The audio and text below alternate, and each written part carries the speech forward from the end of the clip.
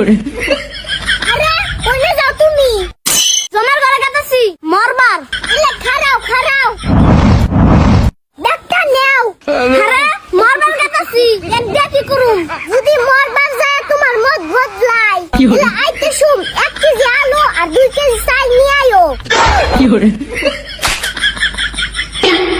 এই যে নাও এনে 50,000 টাকা আছে যত খুশি কিনা গিলা গিলা খাও কি গো আবার কোনে যাও কইলাম না মরবার কাটাছি মরবার কাটাছো যাও কিন্তু আমার মনের আশাটা পূরণ করে দিয়ে যাও কও শোনা কও তোমার আর কি লাগে আমি 2 বাচ্চার মা হইবার চাই ঠিক আছে আমি মরে গেলে তুমি আরেকটা বিয়ে হইবে তাই তো 2 বাচ্চার মা হইবে না শোনা আমি তোমার বাচ্চার মা হইবার চাই আচ্ছা তাহলে আজকে থাকি কালকে যামু তাহলে তুমি তো বাচ্চার মা হইলে আমি এখন মরবার যাই